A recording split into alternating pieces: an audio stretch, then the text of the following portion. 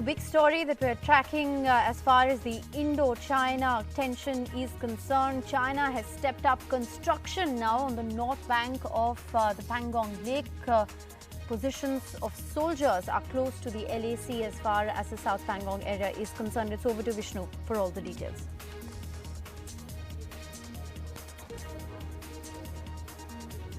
All right, well, let's just bring you the very latest information that we have. NDTV has been able to get a very in-depth briefing from top government sources. And the big story that we can actually tell you now is on that ground situation all across Ladakh.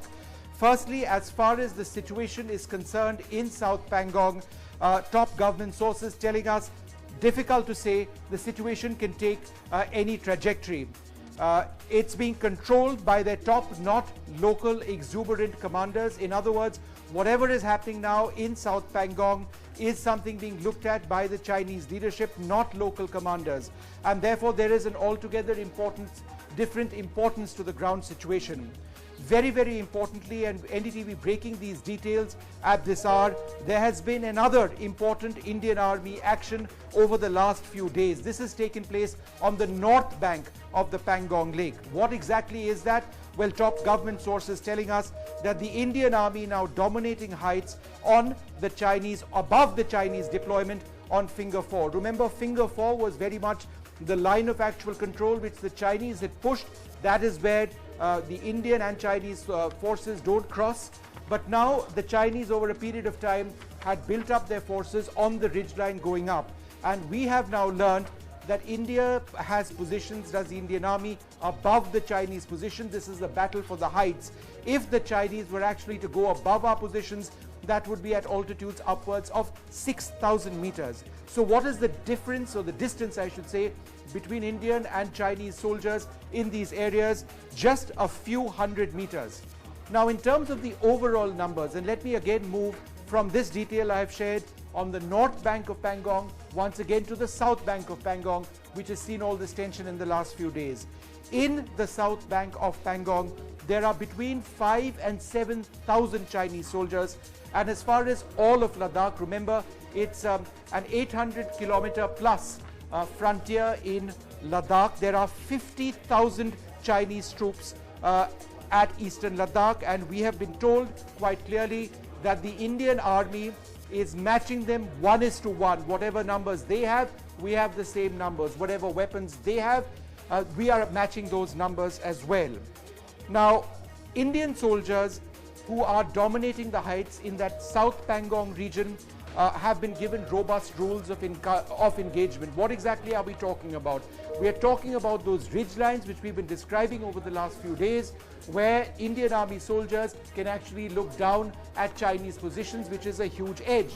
But the question is this: if the Chinese, like they did day before yesterday, start approaching our soldiers with spears and machetes attached to poles and other medieval type weapons, then what exactly do Indian soldiers potentially do to retaliate?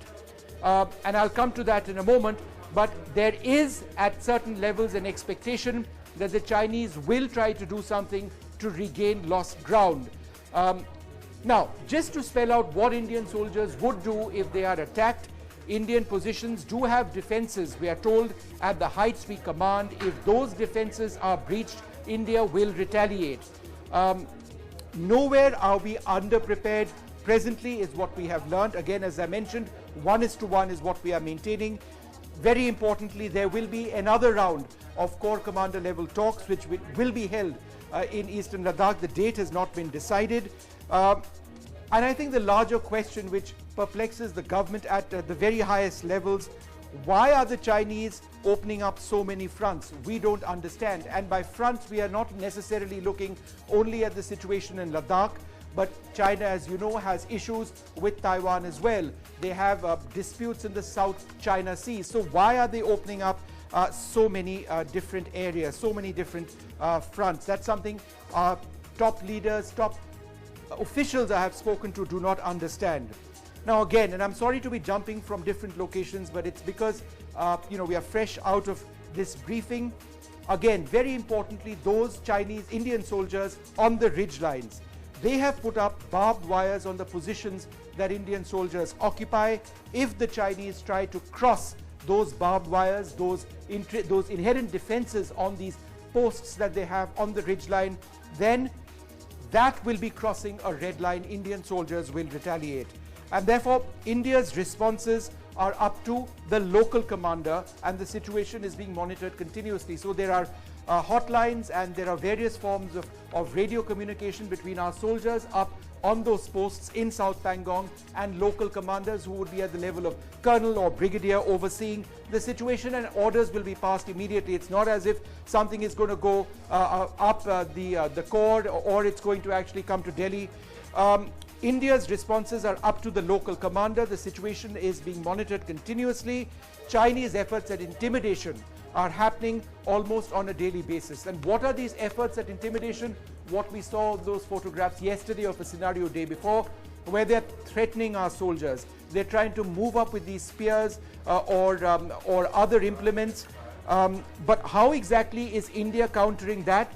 Well, this was something new which I learned, that over a period of time, Mandarin-speaking Indian soldiers have gained a certain level of skill in speaking the language. They are also forward deployed, and they, through loud hailers, are actually telling the Chinese to back off, do not come any further, otherwise India will retaliate. So these Chinese efforts at intimidation happening almost on a daily basis. Also very, very importantly, because in the context of modern warfare, it's important to understand that there would always be an air-land sort of scenario should this conflict expand. The Air Force would be used as well. The Chinese have built up sizable air assets. They have amassed 150 plus aircraft and helicopters in the eastern Ladakh theater, and the bottom line here, in case of escalation, there will be a price to pay on both sides.